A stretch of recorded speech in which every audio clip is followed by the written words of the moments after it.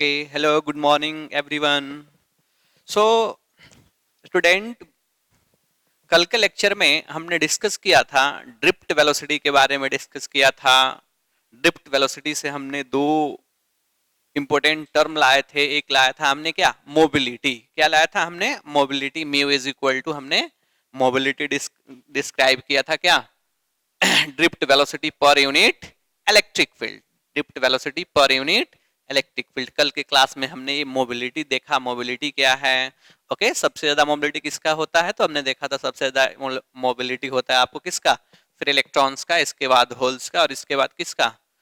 फिर आयंस का। हम लोग आयंस का बोल सकते हैं। ओके, नाउ इसके बाद हमने एक और टर्म डिस्कस किया था। वो क्या था हमारा? Current density. क्या था हमारा वो?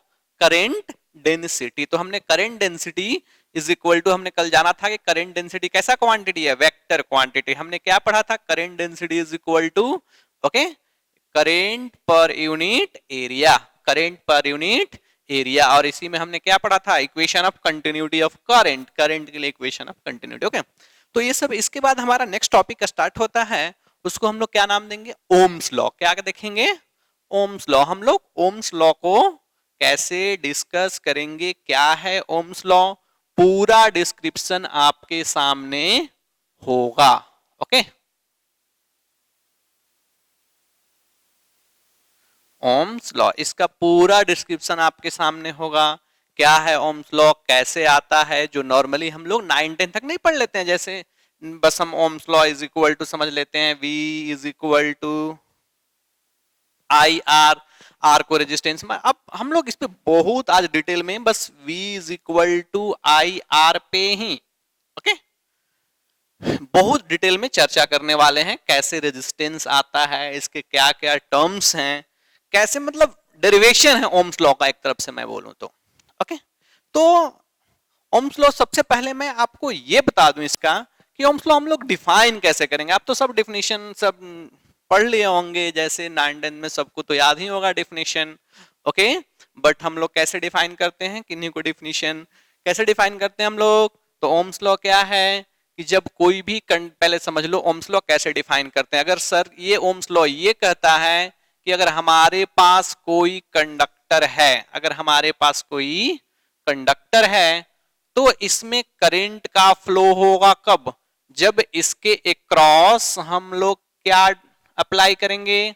Potential difference. एक, जब किसी भी कंडक्टर के अक्रॉस, ओके, जब हम लोग कोई पोटेंशियल डिफरेंस क्रिएट करते हैं, तो उस पोटेंशियल डिफरेंस के वजह से, ओके, इस कंडक्टर के अंदर क्या फ्लो होता है? करंट का फ्लो होता है। इसी को लॉ के अकॉर्डिंग हम लोग कैसे समझते हैं? ओके, तो अब मैं ये बोलूं, देखो, जितना ज्यादा पोटेंशियल डिफरेंस होगा उतना ही ज्यादा करंट का फ्लो होगा। जितना ज्यादा पोटेंशियल डिफरेंस होगा, ओके, उतना ही ज्यादा करंट का फ्लो होगा।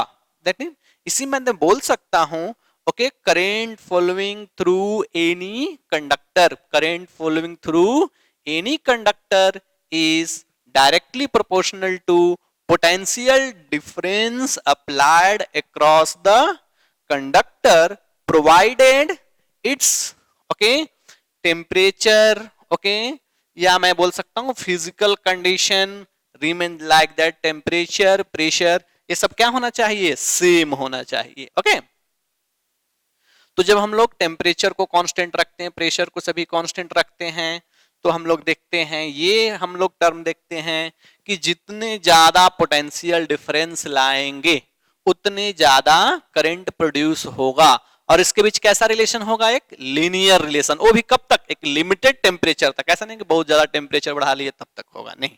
बात समझे क्या? तो हम लोग ओम्स लॉ को यहां पे ऐसे लिख सकते हैं, ओके, कि current following, okay, in a conductor is directly proportional to, क्या लिख सकते हैं हम लोग? Potential difference. क्या लिख सकते हैं? जितनी ज्यादा पोटेंशियल डिफरेंस होगा उतने ही ज्यादा करंट का फ्लो होगा। और इसको हम जब हम लोग इक्वल टू करते हैं तो लिखते हैं 1/r इंटू वी। क्या लिखते हैं? ये 1/r क्या है? इसको हम लोग क्या बोलते हैं, चलो बोलो, इसको क्या बोलते हैं, रेजिस्टेंस। अभी पर्टिकुलर इस कंडीशन के लिए ये क्या हो गया, प्रोपोर्शनलिटी कांस्टेंट। क्या हो गया, प्रोपोर्शनलिटी कांस्टेंट। और इसको हम लोग क्या नाम देते हैं, रेजिस्टेंस। इसको हम लोग क्या नाम देते हैं, resistance of conductor. Resistance of conductor, क्या नाम देते हैं, रेजिस्टेंस ऑफ कंडक्टर। बात समझे क्या। तो और इसे अगर हम मॉडिफाई करना चाहें तो क्या लिख सकते हैं, V is equal to I R. V is equal to I R. इसी को हम लोग क्या पढ़ते हैं, ओम्स लॉ। इसी को हम लोग क्या पढ़ते हैं, ओम्स लॉ। ये तो बहुत बेसिक बात हुआ, बट हम लोग ऐसे स्टार्टिंग के लिए हमने ऐसे बता दिया आपको। बट हम लोग देखते हैं कि कैसे इसे प्रॉपर एक्सप्लेन करेंगे हम लोग, क्या है, कैसे आया। ये तो हम नॉर्मली ऐसे बता दिए कि जितना पोटेंशियल डिफरेंस होगा मतलब उतना ही ज्यादा करंट फ्लो होगा, ये नॉर्मल सी बात है। ओके, इसका हम लोग ग्राफ और आप सब बताएंगे, बट लास्ट में ग्राफ देखेंगे। ओके, फिलहाल देखो कैसे हमने लाया था एक्सप्लेनेशन, इसका हम लोग एक्सप्लेनेशन देखते हैं।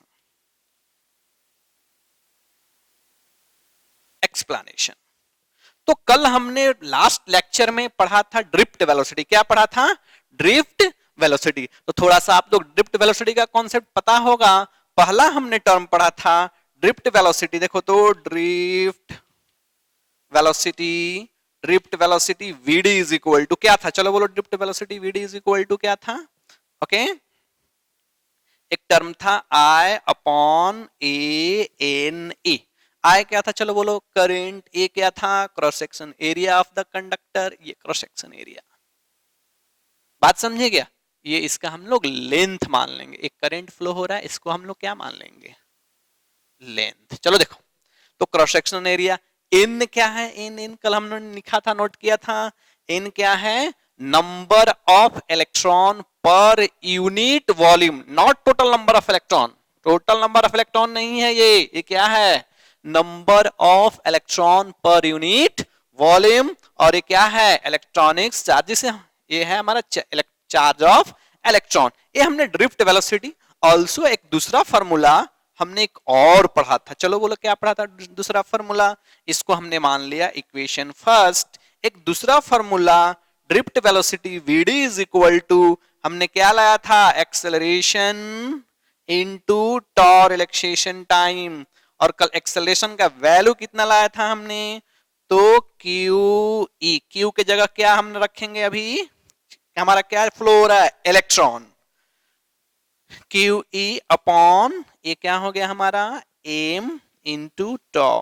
इसको और थोड़ा सा हम लोग लिख लें, तो drift velocity V D is equal to, charge यहां पुट कर देते हैं, क्या, charge electric field tau upon M. ये हमारा क्या हो गया, इक्वेशन सेकेंड। ये कौन सा इक्वेशन हो गया, सेकेंड। चलो हम लोग और आगे देखते हैं क्या एक्सप्लेनेशन है भाई, कैसे V is equal to I R जो हम लोग पढ़ लेते हैं, ये कैसे आता है, इसके पीछे और क्या राज है। ओके, चलो देखो, from equation first and second, from equation first and second. चलो फर्स्ट एंड सेकेंड दोनों वैल्यू क्या है, दोनों को इक्वल करेंगे। यस सर, दोनों तो ड्रिफ्ट वेलोसिटी है, तो a electric field tau upon M is equal to, चलो बताओ ये क्या आया, आई अपॉन ए एन ई। चलो वो लिख सकते हैं क्या, इसी से हम डिराइव कर लेते हैं। तो आया E इज इक्वल टू, चलो हम लोग सेट कर लेते हैं। Okay, M upon N E square tau, ये आएगा क्या, चलो बोलो देखो, यस सर ये तो आएगा। और क्या, ये हो गया हमारा क्या, 1 अपॉन ए, 1 क्या, इसको हम मान लेते हैं करंट।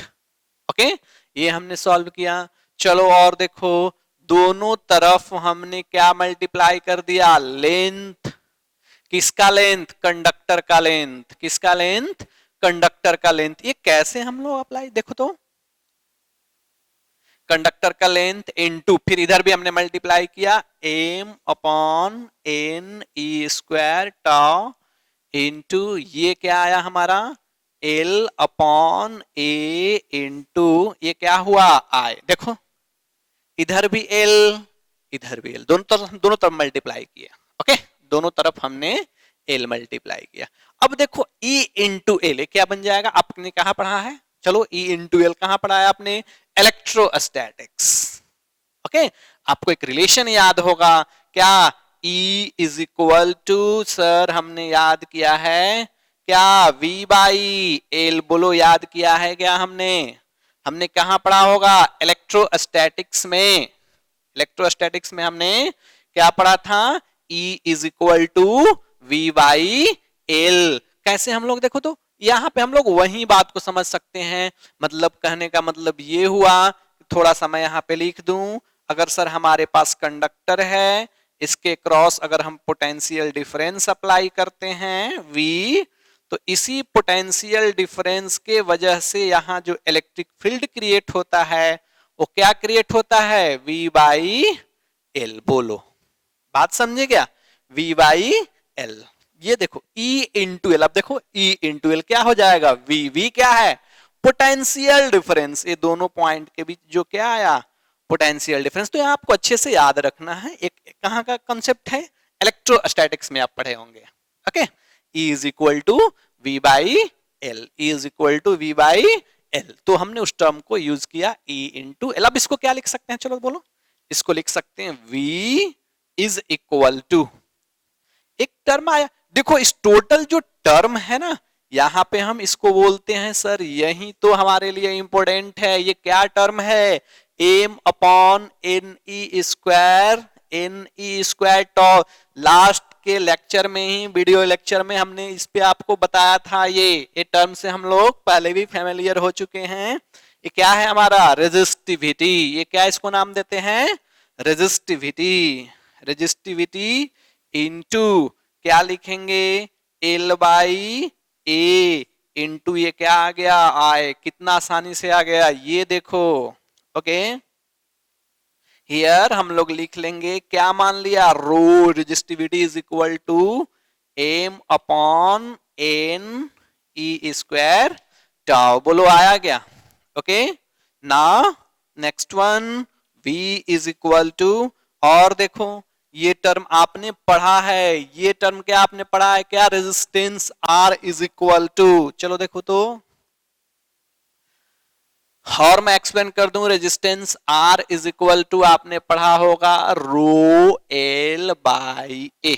बोलो टेंथ, सब 10th क्लास का है, आपने पढ़ा है ये, resistance is equal to rho L by A. Rho क्या, रेजिस्टिविटी, देखो यही रेजिस्टिविटी है जो आता है ना, पहले हम लोग पढ़े थे, यही रेजिस्टिविटी है, बात समझे क्या, तो रो एल बाई ए। और देखो इधर, तो इसको हम लोग क्या बोल सकते हैं, रेजिस्टेंस, और ये क्या है हमारा, करेंट। चलो तुम्हें क्या मिल गया सर, इसे यही तो हम प्रूफ करना चाह रहे थे, V is equal to I R. देखो क्या आया, V is equal to I R here, और R इज इक्वल टू हम लोग क्या लिख सकते हैं, R is equal to rho L by A. इसको क्या नाम देते हैं हम लोग, resistance of conductor, resistance of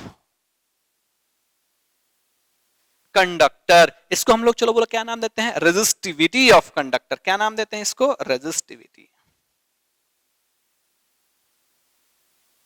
resistivity of conductor. बोलो जानते हैं क्या ये सब, ओके। तो हमारा ओम्स लॉ क्या हो गया, यहाँ पे प्रूफ हम लोग कर लिए ओम्स लॉ को, बात समझे क्या, ओम्स लॉ को हमने प्रूफ कर लिया, V is equal to I R. अब हमारे लिए सबसे इंपोर्टेंट टर्म है, देखो हमने आपको उस क्लास में, लास्ट क्लास में बोला था कि कैसे हम लोग ओम्स ये लाएंगे, रेजिस्टिविटी कैसे लाएंगे किसी भी कंडक्टर। तो बात समझ में आया क्या, कैसे आया, एम क्या था, अभी हमने स्टार्टिंग में ही बोला, mass of electron, number of electron per unit volume, E क्या है, चार्ज, इलेक्ट्रॉन का चार्ज, और टॉ क्या है हमारा, relaxation time, relaxation time. Okay, अगर हम लोग इसका ग्राफ ड्रॉ करें, क्या ड्रॉ करें, ग्राफ। तो ग्राफ कैसे आएगा थोड़ा देख लो तुम लोग। तो ग्राफ ड्रॉ करें किसके किसके, चलो ग्राफ समझाते हैं कैसे। बहुत आसान ग्राफ है, आपको ज्यादा टेंशन लेने की जरूरत नहीं है। ओके, तो ग्राफ हमें पता है कि एक जनरल, पहले तुम्हें समझाते हैं ग्राफ कैसे ड्रॉ करते हैं। इसके पहले समझो y इज इक्वल टू क्या होता है, देखो तो y is equal to M X. इसका ग्राफ कैसा होता है, y is equal to M X का ग्राफ सबको पता होगा। कैसा ग्राफ है, स्ट्रेट लाइन ग्राफ। सर अगर ये y एक्सिस है, ये x एक्सिस है, तो इसका स्ट्रेट लाइन ग्राफ क्या होगा, y is equal to M X. C का वैल्यू अभी क्या है, जीरो। सी नहीं है सर, यही जीरो तो बता रहा है कि ग्राफ कहां से पास हो रहा है, ओरिजिन से। जब ये जीरो है मतलब ग्राफ ओरिजिन से पास हो रहा। नहीं अगर सी होता तो इंटरसेप्ट, ऊपर कट करता नीचे इंटरसेप्ट बनाता। बात समझे क्या। चलो देख, तो इसी तरह से हम अपने ग्राफ पे आते हैं। अब देखो हमारे पास क्या है, देखो तो v is equal to I R है क्या। सर इसी के जैसा तो दिख रहा है। एक है y, एक है कांस्टेंट, इसको क्या बोलते हैं, स्लोप। ये क्या होता है, tan थीटा, याद है ना अच्छे से सब। स्लोप क्या है, tan theta, y is equal to M X. Sir इसी के जैसा तो दिख रहा है एकदम। तो क्यों नहीं सर, जब इसका हमें ग्राफ आ रहा है तो हमें सर इसका भी ग्राफ आएगा, कैसे नहीं आएगा। तो जैसे हम लोग यहाँ पे बना लेते हैं, देखो तो थोड़ा इसको हमने एक क्या बना लिया, ये इसको v बना लिया और इसको क्या बना लिया, i। ये कौन सा हो गया, y axis, y is equal to देखो m इंटू x। चलो मिलाओ देखो तो, i किसके, x एक्सिस पे, x एक्सिस पे i। देखो v potential difference, y axis पे देखो, y एक्सिस पे, x एक्सिस y। अब पता चला ग्राफ कैसे होगा। ग्राफ सर इसका पता चल गया हमको, कैसा होगा, ऐसा ग्राफ, लीनियर ग्राफ होगा। इसलिए तो पहले बोल रहा था ग्राफ कैसा होंगे, लीनियर। बात समझे क्या। और देखो ये सर m क्या है, m क्या है यहाँ पे, स्लोप। इसमें स्लोप में, स्लोप के जगह इसमें क्या है, अपने v is equal to I R में, इस इक्वेशन में, ओम्स लॉ में स्लोप की जगह क्या है, रेजिस्टेंस। स्लोप कैसे मेजर करते हैं, कुछ याद है क्या, स्लोप कैसे मेजर करते हैं, slope is equal to tan theta. ये हमारा थीटा हुआ, ईयर, इसी को हम लोग क्या बोल सकते हैं, r is equal to slope. Slope है ना ये, slope, slope is equal to tan theta. तो हम क्या लिख सकते हैं, देखो तो tan theta is equal to r लिख सकते हैं क्या, tan theta is equal to r। देखो एक दो एग्जांपल तुम्हें बताते हैं, बहुत आसान है, आप जानते होंगे बट फिर भी मैं यहां बता दे रहा हूं। देखो कैसे, जैसे एग्जांपल क्वेश्चन, चलो बहुत ही आसान है, सब जवाब दोगे। ये v है, ये i है, ये रेजिस्टेंस हमारा R1, R2, R3। ओके चलो ये हमारा ऊपर हो गया थीटा 1, ये एंगल हो गया हमारा थीटा 2 और ये एंगल हो गया हमारा थीटा 3। आपको ये बताना है कि कौन बड़ा है इसमें से, R1 बड़ा है, R2 बड़ा है, R3 बड़ा है, कौन बड़ा है। ओके कैसे बनाएंगे, R1, R2, R3 एक बार आप ट्राई कर लो, इसके बाद हम लोग समझेंगे कैसे बनाएंगे, जिनसे नहीं बनेगा। ओके चलो ट्राई कर लिए ना। अब देखो हम लोग बनाते हैं, तो tan theta is equal to r। Sir slope, अब बताओ कि इस लाइन में किसका स्लोप ज्यादा है। देखो तो मैं नॉर्मल एकदम, ये नहीं कि मैं कर रहा हूं तो आप डेफिनेशन याद करो, ये कुछ नहीं, एक ऐसे लाइन ड्रॉ किया, क्या स्लोप है, कुछ स्लोप नहीं है। सर स्लोप इसमें कहां है, इस लाइन में। स्लोप तो तब होगा जब लाइन ऐसे होता है, इसमें इस लाइन में क्या स्लोप है, जीरो स्लोप, स्लोप नहीं है। स्लोप कहां दिख रहा है कुछ, स्लोप मीन्स क्या, ढाल ढाल, कुछ तो है ही नहीं इसमें, खत्म। इसमें सर स्लोप है। चलो एक और लाइन ऐसे बना दिए, अब बताओ ये फर्स्ट लाइन या सेकंड लाइन, किसमें स्लोप ज्यादा है, सर दूसरे में स्लोप है, इसमें तो स्लोप कम है, इसमें तो सर है ही नहीं स्लोप। अब चलो सेम कॉन्सेप्ट को यहां अप्लाई करो, चलो बताओ किसमें ज्यादा स्लोप है, R1, इस लाइन में, R1 वाले में, इसमें स्लोप उससे कम, इसमें स्लोप इससे कम। सर हम ये देख रहे हैं slope is equal to r है, यानी कि स्लोप ही क्या है tan थीटा, सर जिसका स्लोप ज्यादा होगा, जिसका स्लोप ज्यादा होगा उसका रेजिस्टेंस ज्यादा होगा, जिसका स्लोप ज्यादा होगा उसका रेजिस्टेंस ज्यादा होगा। तो चलो देखो किसका स्लोप ज्यादा है, चलो बताओ किसका स्लोप ज्यादा है, R1 का। तो इसका क्या होगा, R1 is greater than R2 is greater than R3। बात समझे क्या? इस तरह से जैसे अगर हमें आपको कंफ्यूज करना हो, जैसे क्वेश्चन देकर आपको कंफ्यूज कराना हो, तो देखो मैं कैसे बनाऊंगा। देखो तो इस बार मैं यहां पे करंट रख लूंगा और यहां पे क्या रख लूंगा, वोल्टेज। समझे क्या? 1 2 3 ए R1 R2 R3। चलो अब बताओ, देखो तो दोनों अलग अलग हैं, सेम क्वेश्चन नहीं है। अभी सर करंट यहां आ गया, पहले क्या था, वोल्टेज। पहले क्या था, वोल्टेज। अब क्या आ गया, करंट। अब कैसे बनाएंगे इसको, चलो बोलो कैसे बनाएंगे इसको। ओके तो चलो पहले हम लोग सेट करते हैं। सेट करेंगे किसको, अपने इक्वेशन को, v is equal to I R के इक्वेशन को सेट करते हैं। सेट कैसे करेंगे, देखो तो y एक्सिस पे क्या है, i, तो हम लोग पहले सेट करेंगे। हमारे पास v इज इक्वल टू क्या है, आई आर, तो y एक्सिस पे क्या है, i, तो i को y एक्सिस पे अलग करेंगे। i इज इक्वल टू क्या लिख सकते हैं, v बाई आर। अब सेट लिखते हैं, y is equal to, y is equal to देखो 1/r इंटू ये v। चलो देखो अब क्या लिख सकते हैं, y is equal to M into X. देखो तो सूट किया क्या आपने भी, यस सर, y एक्सिस पे भी क्या है, i, तो हमने y अलग किया इसे। समझे क्या? x एक्सिस पे जगह क्या है, v वोल्टेज, हमने x एक्सिस पे क्या लाया, वोल्टेज। जब ऐसे फॉर्मेट में हमने लाया तो हमने ये देखा कि स्लोप कैसा है। स्लोप देखो तो यहां मिलाओ तो m is equal to 1/r, और m इज इक्वल टू क्या, slope is equal to 1/r। अब तो बन जाना चाहिए। स्लोप के साथ कैसा रिलेशन, इनवर्सली।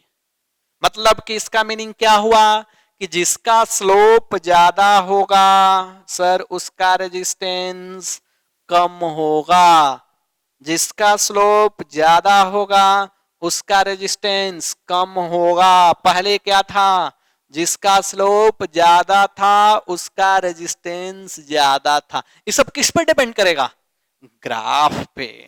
तो आपको ऐसा क्वेश्चन बनाने से पहले आपको ये देखना होगा कि ग्राफ किसके किसके बीच दिया हुआ। ये नहीं कि बस आंख बंद करके पढ़े हुए हैं इसको बना लियो ये है, नहीं, गलत हो जाएंगे वो फिर।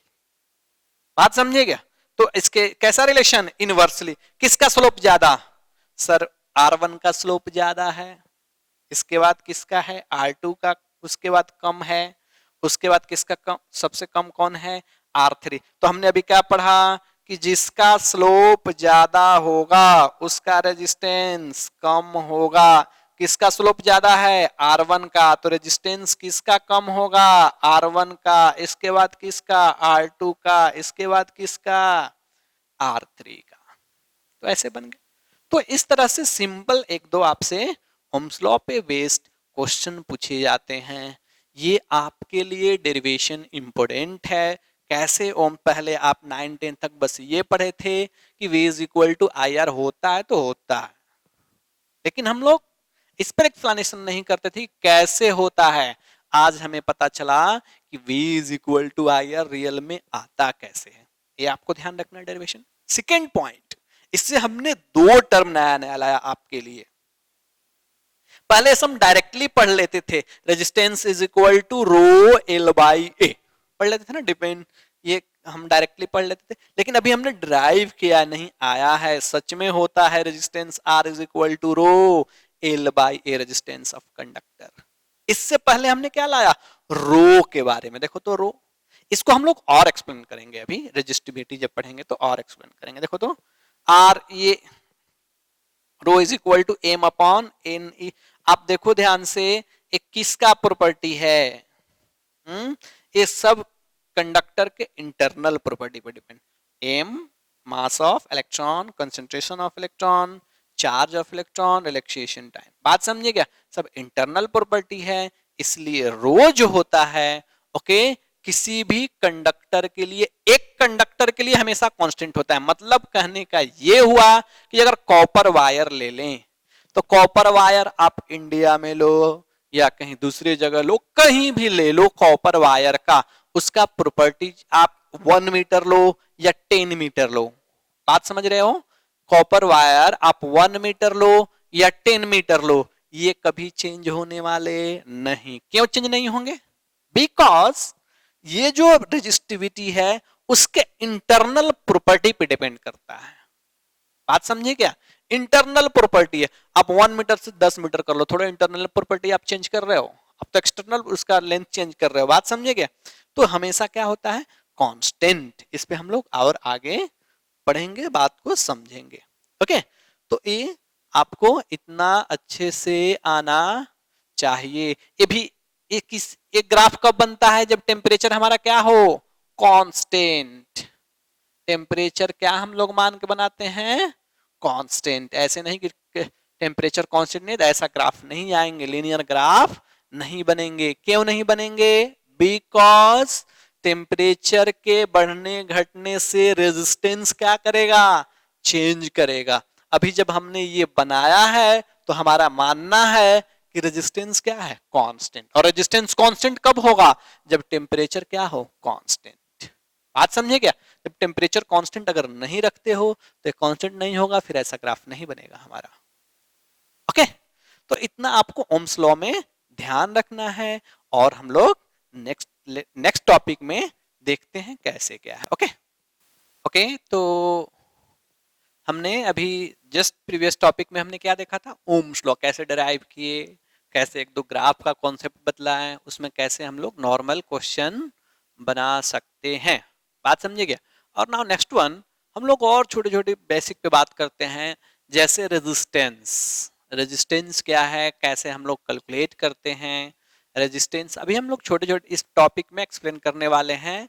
रेजिस्टेंस क्या है, कंडक्टेंस क्या है, रेजिस्टिविटी क्या है, कंडक्टिविटी क्या है, सब रिलेशन क्या है उनके बीच, और हम डिफरेंट टर्म को एक्सप्लेन करने वाले हैं। तो सबसे पहले हम लोग एक्सप्लेन करते हैं क्या? रेजिस्टेंस। रेजिस्टेंस है क्या?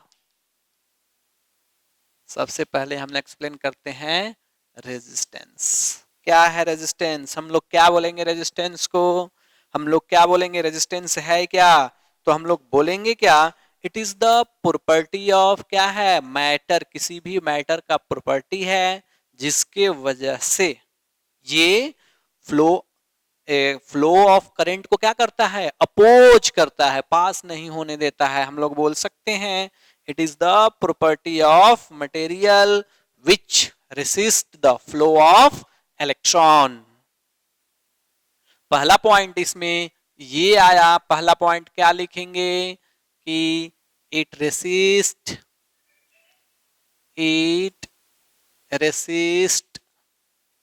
The flow of electron inside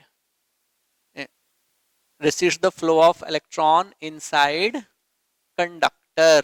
conductor के अंदर जब इलेक्ट्रॉन का फ्लो होता है तो इसे क्या करता है? रोकता है। नहीं जाने, इसी को बोलते हैं रेजिस्टेंस। क्या बोलते हैं? Resistance. First point. Now second point कि सर अगर कोई कंडक्टर जो रेसिस्ट करता है उसका जो प्रॉपर्टी आ रहा है जिसको हम लोग रेजिस्टेंस बोल रहे हैं वो किस पे डिपेंड करता है? वो प्रॉपर्टी जो फ्लो ऑफ इलेक्ट्रॉन को अपोज करने वाला प्रॉपर्टी है, जो फ्लो ऑफ करंट को रोकता है। ओके, तो फ्लो ऑफ इलेक्ट्रॉन को रोकता जो है उसको कौन कौन से ऐसे पैरामीटर हैं जो फैक्टर इफेक्ट डालते हैं? ओके, तो हम लोग रेजिस्टेंस किस पे डिपेंड करता है? तो physical dimension and internal nature of conductor. बात समझे क्या?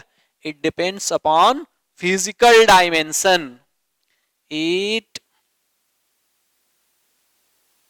डिपेंड्स ऑन क्या लिखेंगे, physical dimension. Physical physical dimension क्या है, चलो बोलो। फिजिकल डायमेंशन क्या, लेंथ। क्या है ये फिजिकल डायमेंशन, लेंथ पे एंड एरिया पे। किस पे डिपेंड करता है, लेंथ, फिजिकल डायमेंशन एंड क्या, इंटरनल प्रॉपर्टी और इंटरनल नेचर। इंटरनल नेचर जिसे हम लोग, इंटरनल नेचर मींस कैसे बना हुआ है, उसके इंटरनल प्रॉपर्टी पे डिपेंड करता है। बात समझ में आया क्या।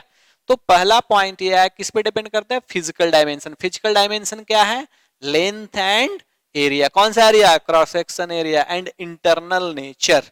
तो हमें ये पता है कैसे हम लोग डिफाइन करते हैं कि resistance of any conductor is directly proportional to its length. जब ये कंडक्टर है, ध्यान से देखो इधर, जब ये कंडक्टर है, ओके, तो इसके लेंथ पे डिपेंड करेगा।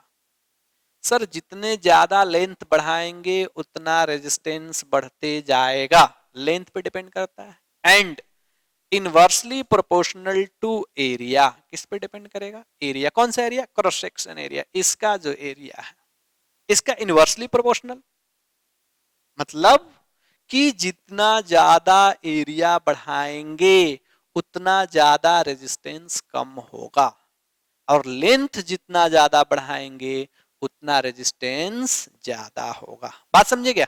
जब इसी को हम लोग एक साथ कंबाइन करते हैं तो R इज इक्वल टू क्या लिखते हैं, रो एल बाई ए। इसका हमने डेरिवेशन कहां देखा है, अभी देखा किसमें, लास्ट लेक्चर में देखा था हमने, कैसे आया था ये, R इज इक्वल टू रो।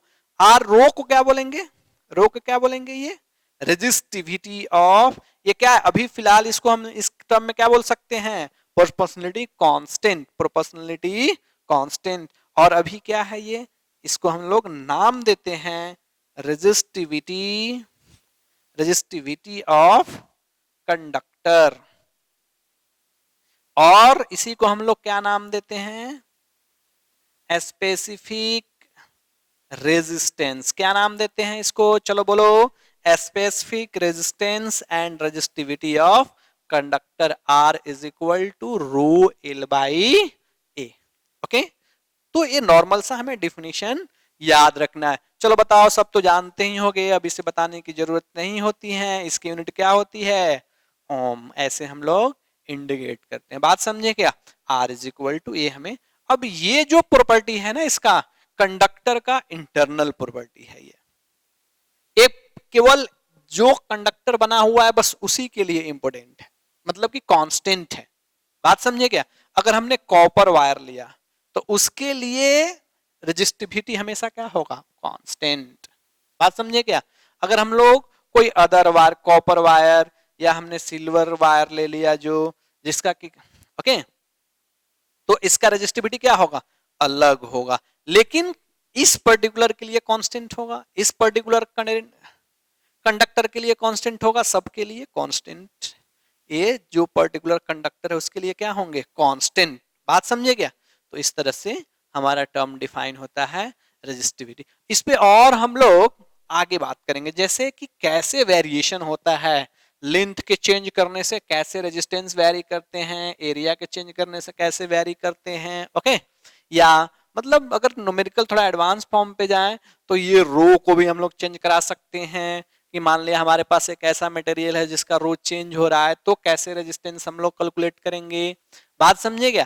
तो इस तरह से हम लोग आगे और सारे टर्म को देखेंगे। अभी मैं आपको नॉर्मल सा डेफिनेशन बता दे रहा हूं ताकि आप आसानी से समझ जाओ, नहीं तो जब न्यूमेरिकल स्टार्ट होगा तो आपको हम दिखाएंगे, थोड़ा अच्छा अच्छा न्यूमेरिकल बनाएंगे हम लोग। ओके, चलो नाउ नेक्स्ट वन, हम लोग इधर क्या पढ़ते हैं, रेजिस्टेंस। बहुत ही आसान है ये, क्या पढ़ते, ये रेजिस्टेंस हमने पढ़ लिया। क्या पढ़ते हैं, कंडक्टेंस। क्या पढ़ते हैं, कंडक्टेंस। चलो सबको पता है कंडक्टेंस किसको बोलते हैं, reciprocal of resistance is called conductance. Reciprocal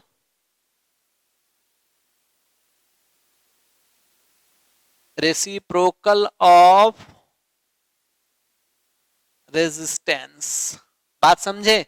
reciprocal of resistance is called conductance, यानी कि Z इज इक्वल टू क्या लिख सकते हैं? 1/R। 1/R। तो आपको ये छोटी छोटी बातें नॉर्मली याद रखनी है। कभी कभी छोटे छोटे टर्म पूछ लिए जाते हैं। अगर इसका यूनिट का बात करो, देखो तो यूनिट रेसिप्रोकल, रेसिप्रोकल तो यूनिट हम लोग ओम इनवर्स भी लिख सकते हैं। क्या लिख सकते हैं? ओम इनवर्स, ऐसे भी लिख सकते हैं। और हम लोग इसे रिवर्स कर सकते हैं, इनवर्स मतलब कि इस फॉर्म में। बात समझे क्या? हम लोग ऐसे भी लिख सकते हैं, ऐसे भी लिख सकते हैं। और अगर नाम लिखना हो तो हम लोग ऐसे लिखते हैं ना, ओम इनवर्स। तो इसको ऐसे भी लिख सकते हैं, MHO, मोहो। देखो डायरेक्ट इसको रिवर्स कर दिया हमने। इनवर्स का मीनिंग क्या होता है? रिवर्स। बात समझिएगा? ये रिवर्स उल्टा हमने कर दिया है इनवर्स को। इस इनवर्स से हमने ऐसे बना दिया है। तो मतलब ये नॉर्मल सा टर्म है जो आपको ध्यान रखना है। बात समझे क्या? ओके। अब जस्ट नेक्स्ट हमारे पास क्या बचा? दो इंपॉर्टेंट टर्म। क्या? रेजिस्टिविटी एंड क्या बोलेंगे उसे? कंडक्टिविटी। दो हमारे पास इंपॉर्टेंट कॉन्सेप्ट बचे। तो हम लोग नेक्स्ट वन देखते हैं, रेजिस्टेंस। ओके, नेक्स्ट वन देखते हैं हम लोग क्या? रेजिस्टिविटी। चलो देखो रेजिस्टिविटी क्या है।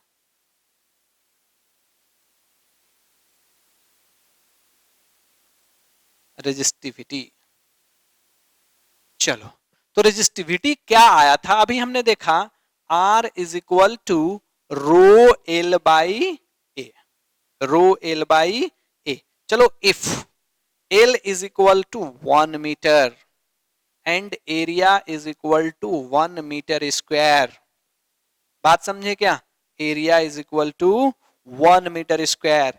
तो अगर वैल्यू को पुट करते हैं तो R इज इक्वल टू क्या आया? रो। इससे हमें क्या समझ में आया? पहले बात समझो, इससे हमें क्या समझ में आया कि रेजिस्टिविटी है क्या? सर रेजिस्टिविटी भी रेजिस्टेंस है। इससे हमें यह समझ में आया रेजिस्टिविटी भी क्या है? रेजिस्टेंस। बट कैसे कंडक्टर का? वैसा कंडक्टर जिसका की लेंथ 1 मीटर हो और उसका क्रॉस सेक्शन एरिया भी 1 मीटर स्क्वायर हो। बात समझे क्या मैं क्या बोल रहा हूं? It is the resistivity is the resistance of conductor. ध्यान से सुनो, resistivity is the resistance of conductor having unit length and unit cross sectional area. Resistivity is the resistivity is equal to resistance of conductor having unit length and unit cross sectional area। R is equal to rho L by A. अब हमें बात करते हैं कि sir अगर resistance क्या ये किस पे डिपेंड करता है? इसका पैरामीटर किस पे डिपेंड करता है? सपोज इस पे था ना कि लेंथ को बढ़ाएंगे, लेंथ पे डिपेंड कर रहा था, फिजिकल डायमेंशन पे डिपेंड कर रहे थे, लेंथ पे, एरिया पे, रेजिस्टेंस। क्या रेजिस्टिविटी भी उस पर इफेक्ट पड़ेगा ये लेंथ के बढ़ाने से? लेंथ को हमने 1 मीटर से 2 मीटर कर दिया, क्या रेजिस्टिविटी चेंज होगा? रेजिस्टिविटी चेंज होंगे। ये देखो तो रेजिस्टिविटी चेंज होंगे? जी नहीं। सबसे पहला पॉइंट मैं आपको बता दूं, it is the independent of physical dimension. इसको हम लोग कितना भी लेंथ बढ़ा दो, कितना भी एरिया बढ़ा दो, लेकिन आपको बताना किसके लिए है? 1 मीटर के लिए। समझो मैं कैसे बोल रहा हूं कि हमारे पास एक मान लो 10 मीटर का कॉपर वायर है और किसी के पास 15 मीटर का कॉपर वायर है। मैं इससे पूछूंगा कि चलो तुम 10 मीटर और बताओ कॉपर का रेजिस्टिविटी कितना है, तो इसको 1 मीटर के लिए बताना होगा। लेकिन लेंथ कितना था? 10 मीटर। उससे नहीं मतलब है, कितने मीटर के लिए बताना है? 1 मीटर के लिए। किसके लिए डिफाइन है? 1 मीटर के लिए। बात समझिए क्या? अगर इससे मैं पूछूं तो ये भी कितने मीटर के लिए बताएगा? 1 मीटर के लिए। दैट मीन्स ये भी अगर 10 मीटर है तो भी 1 मीटर के लिए बता रहा है, 15 मीटर है तो भी 1 मीटर के लिए बात। इससे क्या समझ में आया कि इंडिपेंडेंट ऑफ लेंथ, आप लेंथ बढ़ा दो, क्रॉस सेक्शन एरिया बढ़ा घटा दो, उससे नहीं इफेक्ट पड़ने वाला है। अगर मैं उस टर्म को बता रहा हूं, अगर रेजिस्टिविटी, तो फिक्स हो गया कि मैं 1 मीटर के लिए बता रहा हूं और 1 metre square cross sectional area के लिए बता रहा हूं। ये हमारा क्या टर्म हो गया, रेजिस्टिविटी। तो सबसे पहला पॉइंट हमने यहां पे क्या सीखा, resistivity is independent of physical dimension but it depends upon the internal property, internal nature and temperature of the conductor। Okay, definition तो हम लोग लिख लेंगे। पॉइंट इसमें ये आया, it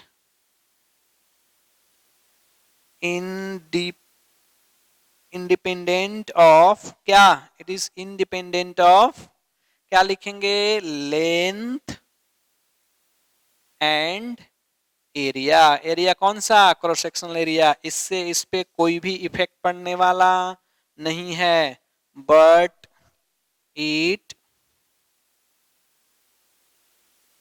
depends on internal property, internal nature हम लोग लिख सकते हैं। क्या लिख सकते हैं, internal nature of conductor. Conductor के सर इंटरनल नेचर के, आप कौन सा इंटरनल नेचर का बात कर रहे हो। इंटरनल नेचर हमने क्या लाया था derivation, resistivity is equal to M N E square tau. Sir यही तो इंटरनल नेचर है इसका, यही क्या है, इंटरनल नेचर। बात समझे क्या, it depends upon the internal nature. और क्या लिख सकते हैं, एंड टेम्परेचर, टेम्परेचर पे भी डिपेंड। टेम्परेचर पे किसे डिपेंड करता है, चलो कौन बताएगा। एक हमने लास्ट वीडियो में एक्सप्लेन किया था कि टाउ जो रिलैक्सेशन टाइम है कैसे टेम्परेचर से इफेक्ट पड़ता है। जब टेम्परेचर को सुनो, जब इसलिए हम लास्ट क्लास में एक्सप्लेन किए थे कि जब टेम्परेचर को बढ़ाते हैं तो रिलैक्सेशन टाइम क्या होता है, टेम्परेचर के बढ़ाने से रिलैक्सेशन टाइम कम होता है, और कम होने से क्या होता है, रेजिस्टिविटी बढ़ता है, रेजिस्टिविटी बढ़ने से रेजिस्टेंस क्या होता है, बढ़ता है। बट किसके लिए, only for conductor, not for semiconductor, only for conductor. बात समझ में आया क्या। तो इसीलिए ये टर्म हमारे लिए इंपोर्टेंट है, हमें इतना ध्यान रखना है। बात समझे क्या, ओके। इससे एक और नेक्स्ट टर्म है, दैट इज हम लोग क्या नाम देते हैं उसे, कंडक्टिविटी। क्या नाम देते हैं, कंडक्टिविटी। तो कैसे डिफाइन करेंगे, रेसिप्रोकल ऑफ रेजिस्टिविटी। चलो देखो तो इसे, चलो इसका यूनिट बताओ, इसका यूनिट क्या होगा, चलो सोचो तो इसका यूनिट क्या, कौन लोग बताएंगे unit.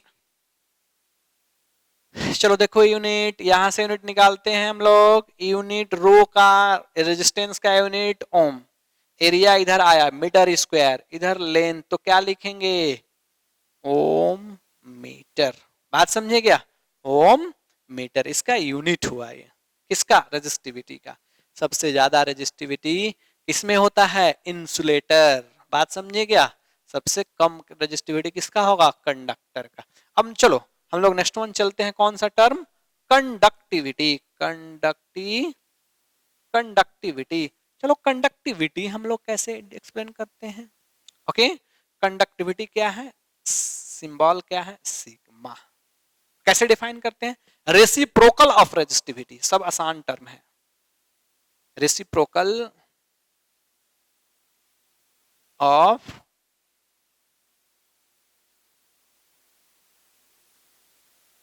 Reciprocal of resistivity, reciprocal of resistivity, conductivity is equal to 1 upon rho. बात समझे क्या। तो ये छोटे छोटे टर्म हैं जो आपको ध्यान रखने हैं। तो अभी ध्यान से सुनो, हमने 4 चीज एक्सप्लेन किया है। पहला एक्सप्लेन किया रेजिस्टेंस, इस पे रेजिस्टेंस का डेफिनेशन हो गया, इधर फॉर्मूला रेजिस्टेंस का, ओके। इसके बाद conductance, resistance and conductance, reciprocal of resistance is called conductance. बात समझे क्या। और देखो इसके बाद क्या, रेजिस्टिविटी एंड कंडक्टिविटी, आपको रट लेना है ऐसे, रेजिस्टेंस कंडक्टेंस, रेजिस्टेंस कंडक्टेंस, एक क्या, रेजिस्टिविटी कंडक्टिविटी, रेजिस्टिविटी कंडक्टिविटी, ये रेजिस्टिविटी हो गया। और reciprocal of resistivity is called conductivity, reciprocal of resistance is called conductance. बात समझिए क्या? तो यहां तक आपको बेसिक टर्मिनोलॉजी बहुत अच्छे से याद होना चाहिए। एक दो और इंपॉर्टेंट रिलेशन है जिसे हम लोग एक्सप्लेन करने वाले हैं, बात समझिए क्या? उसको हम लिखते हैं नेक्स्ट लेक्चर में। Okay okay, now next one, हम लोग अभी पढ़े क्या, डिफरेंट टर्म देखे, रेजिस्टिविटी, रेजिस्टेंस देखे, कंडक्टेंस देखे, रेजिस्टिविटी देखे, कंडक्टिविटी देखे, मतलब बहुत सारे छोटे छोटे टर्मिनोलॉजी देखे हम लोग स्टडी किए। आपको सभी को एक जगह कलेक्ट करके याद रखना है। जैसे लास्ट क्लास हमने देखा था करंट डेंसिटी क्या होता है, मोबिलिटी क्या होता है। देखो दो term, mobility, current density, resistance, okay, conductance, resistivity, conductivity, इतना 6 टर्म हम लोग, नए न्यू टर्म आपके सामने आया जिसको अच्छे से याद रखना है। अब एक दो रिलेशन, जितने टर्म है ना इनके बीच कुछ रिलेशन है जो कि हमें अच्छे से याद रखना है। जैसे पहला रिलेशन देखो, रिलेशन बिटवीन, हम लोग रिलेशन कैलकुलेट करेंगे, relation between current density and conductivity, relation between current density, current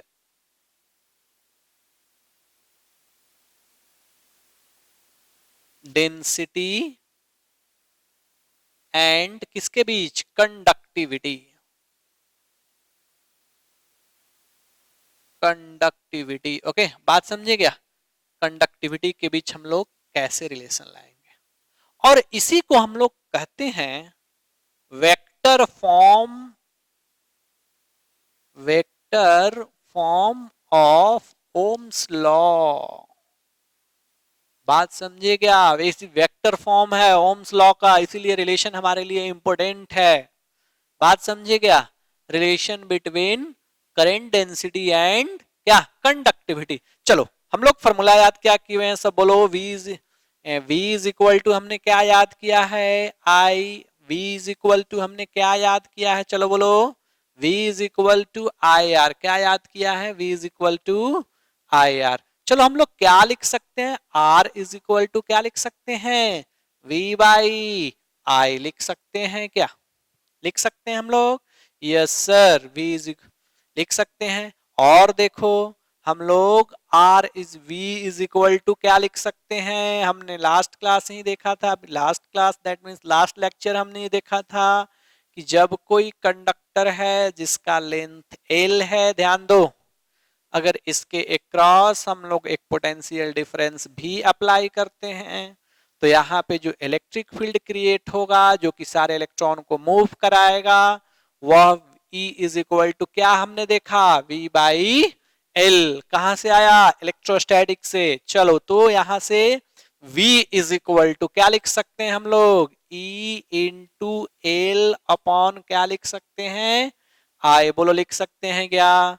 अब R इज इक्वल टू क्या हम लोग पढ़े हैं, rho L by A, rho L by A, ये आया हमारा E into L by I. L ने एल को खत्म कर दिया यहाँ पे, तो हमारा क्या टर्म आया, हमें रिलेशन क्या देखना है, करेंट डेंसिटी। देखो करेंट डेंसिटी कैसे लाएंगे, तो I upon A is equal to rho को इधर लाए 1 अपॉन रो इंटू ई, आया क्या।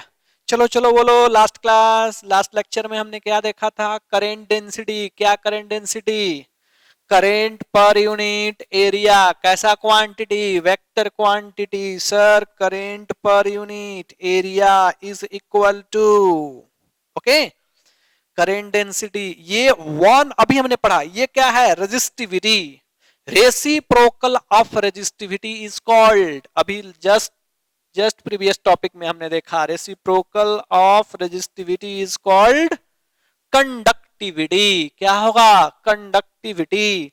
तो देखो कंडक्टिविटी क्या हो गया, सिग्मा, और ये क्या हो गया, इलेक्ट्रिक फील्ड।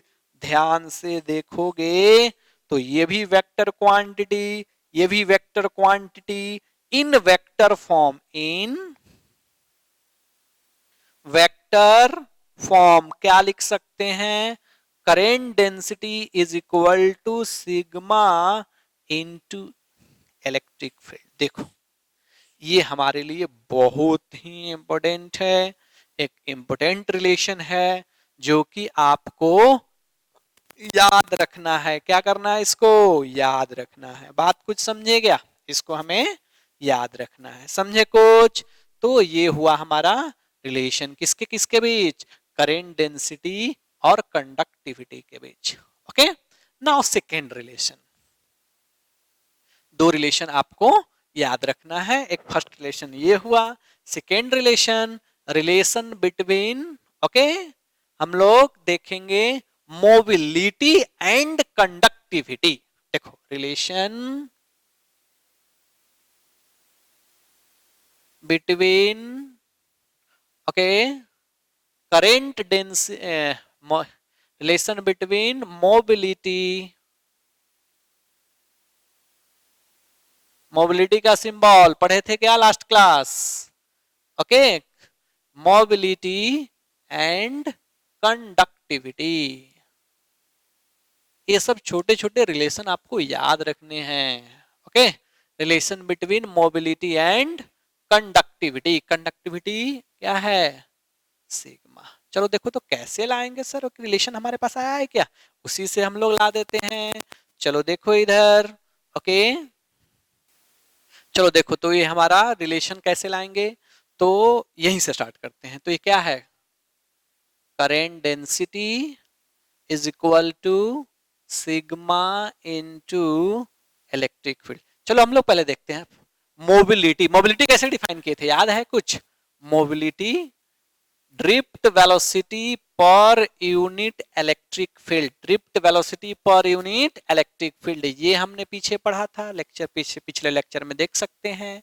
और एक और पढ़ा था हमने, okay, drift velocity V D is equal to I upon current density. हम लोग क्या लिख सकते हैं, चलो देखो यहीं से लिख लेते हैं हम लोग, आई अपॉन क्या, ए एन ई। सर यही तो करेंट डेंसिटी है हमारा, देखो तो करेंट डेंसिटी यही है ना, आई अपॉन ए एन ई। देखो तो यही करंट डेंसिटी, यही करंट डेंसिटी है क्या, यस सर, यही क्या है, जी करंट। तो जे इज इक्वल टू क्या हो जाएगा, देखो तो, देखो यहाँ पर रिलेशन, करंट डेंसिटी को हम लोग क्या लिख सकते हैं, एन ई वी डी, क्या लिख सकते हैं, एन ई वी डी।